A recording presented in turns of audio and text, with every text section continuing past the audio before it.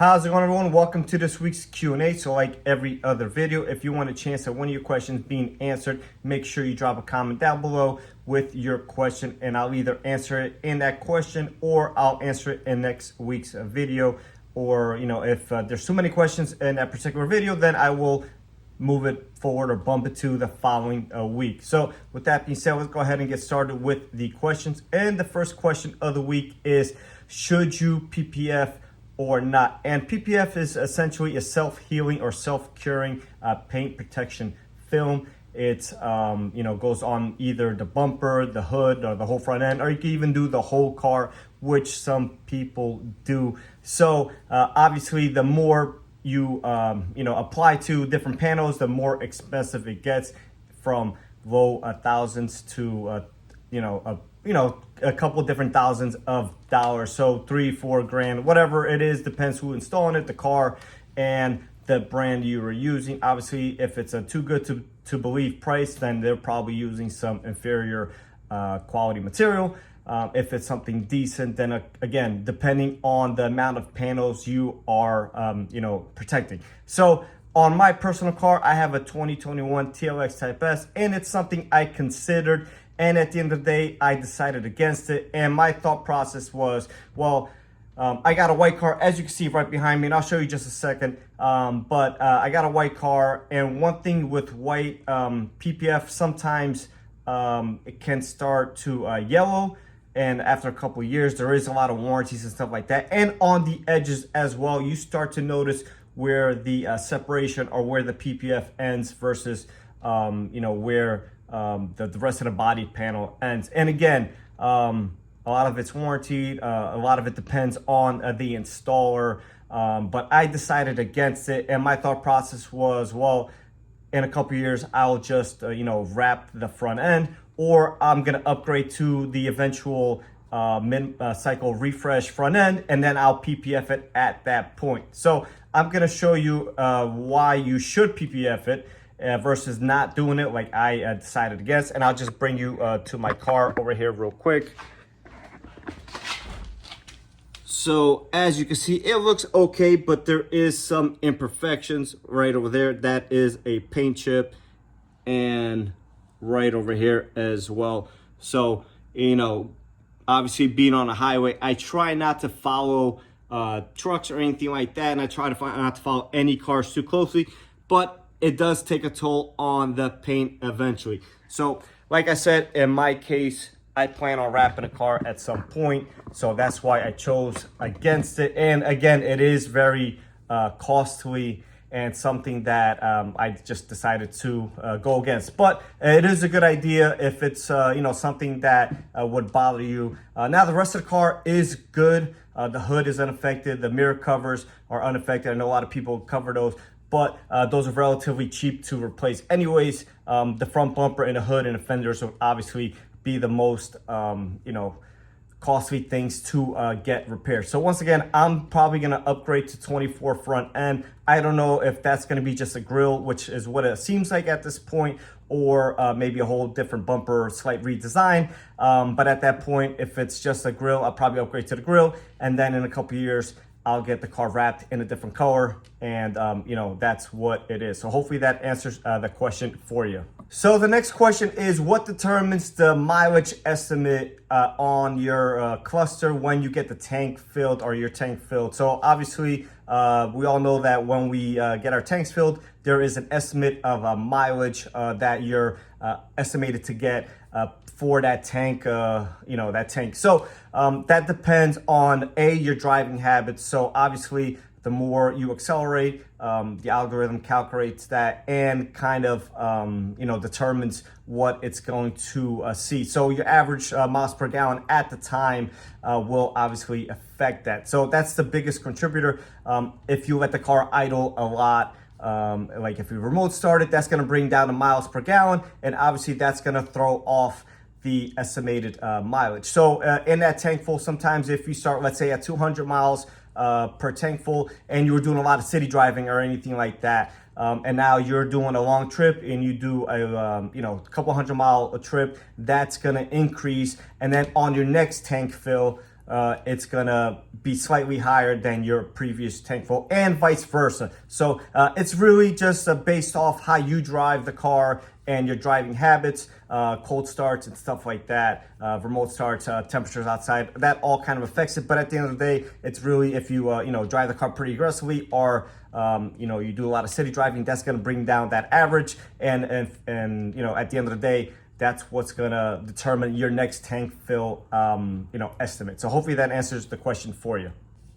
All right, so the next question is, what's the most reliable and unreliable Honda transmission? So the most unreliable transmission at the time that is kind of, obviously on a lot of cars would be the 6-speed automatic transmissions. We have tons and tons of judder issues.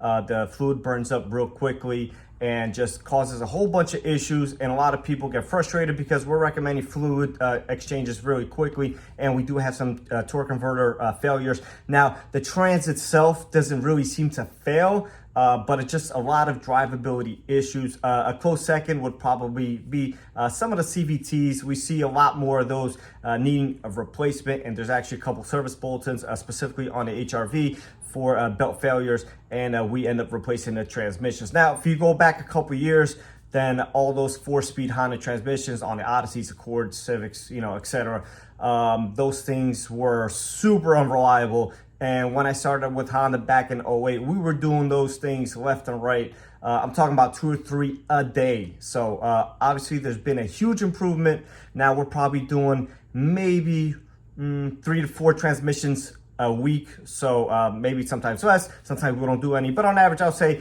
2 to 4 transmissions a week at this point. So the most reliable transmission as of now is going to be Honda's 10-speed automatic transmission. That one's very reliable. We've had maybe a couple failures, maybe 5 or 6 since they've been out. So obviously that's great. Any failure is bad, but being that it's only 5 or 6 is great. I recently did replace one on a 2023 Honda Pilot, but that just seems like a first year glitch. Something happened at the factory. It was fairly new. So, but the trend has been that they're relatively very reliable, and they take a lot of abuse from these guys throwing a ton of power, sometimes double the power at them, and they just take the abuse and they handle it well. The TLX Type S also has that same 10-speed transmission, a little bit beefed up, but the idea and the general design is the same. There's been 1 or 2 failures, but overall they have been great. So some little software issues with these transmissions,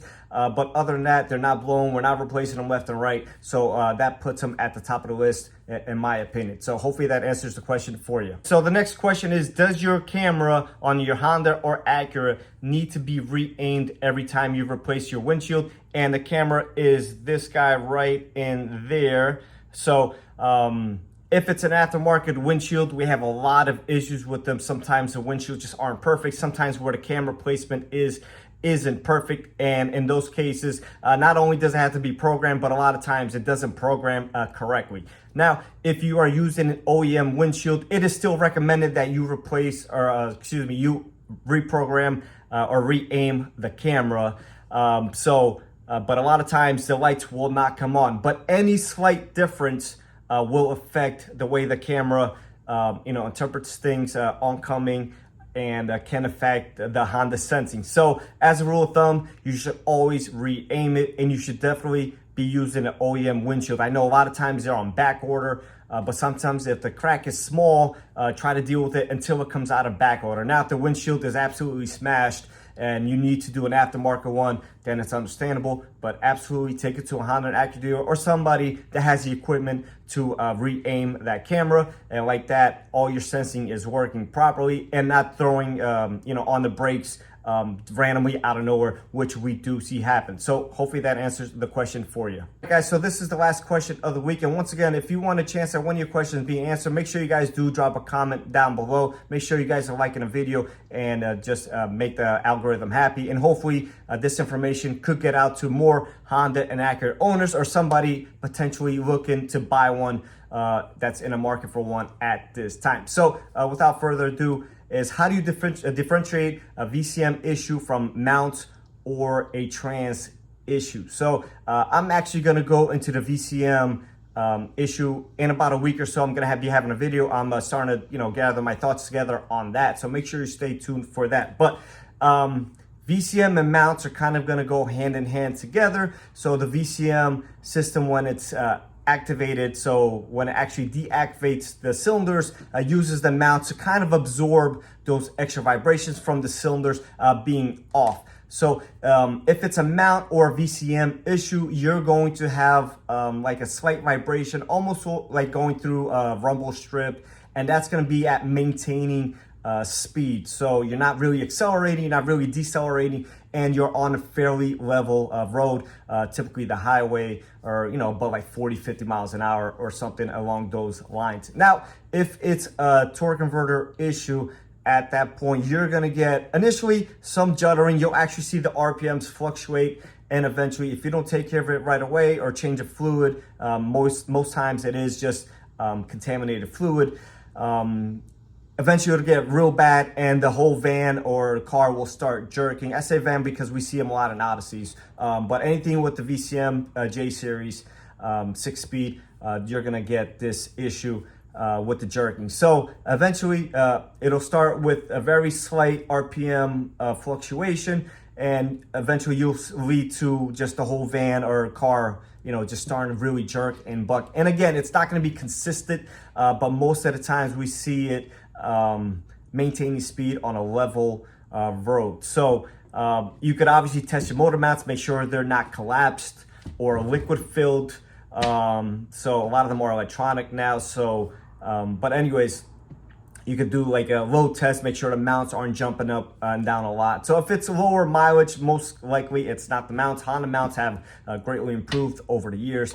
When these first J series came out, they were blowing mounts left and right. But as of late, the later model years have been great with that. So once again, I'm gonna have a more thorough video on the VCM and whether you should muzzle it or not. In either this Wednesday or next week's video next Wednesday. So make sure you guys do stay tuned for that. I know a couple of you asked for that, and I'm going to be also following that video up with some direct injection carbon cleaning opinion and solutions for those that are interested. So with that being said, guys, I'm going to wrap this video, and I'll catch you guys on the next one.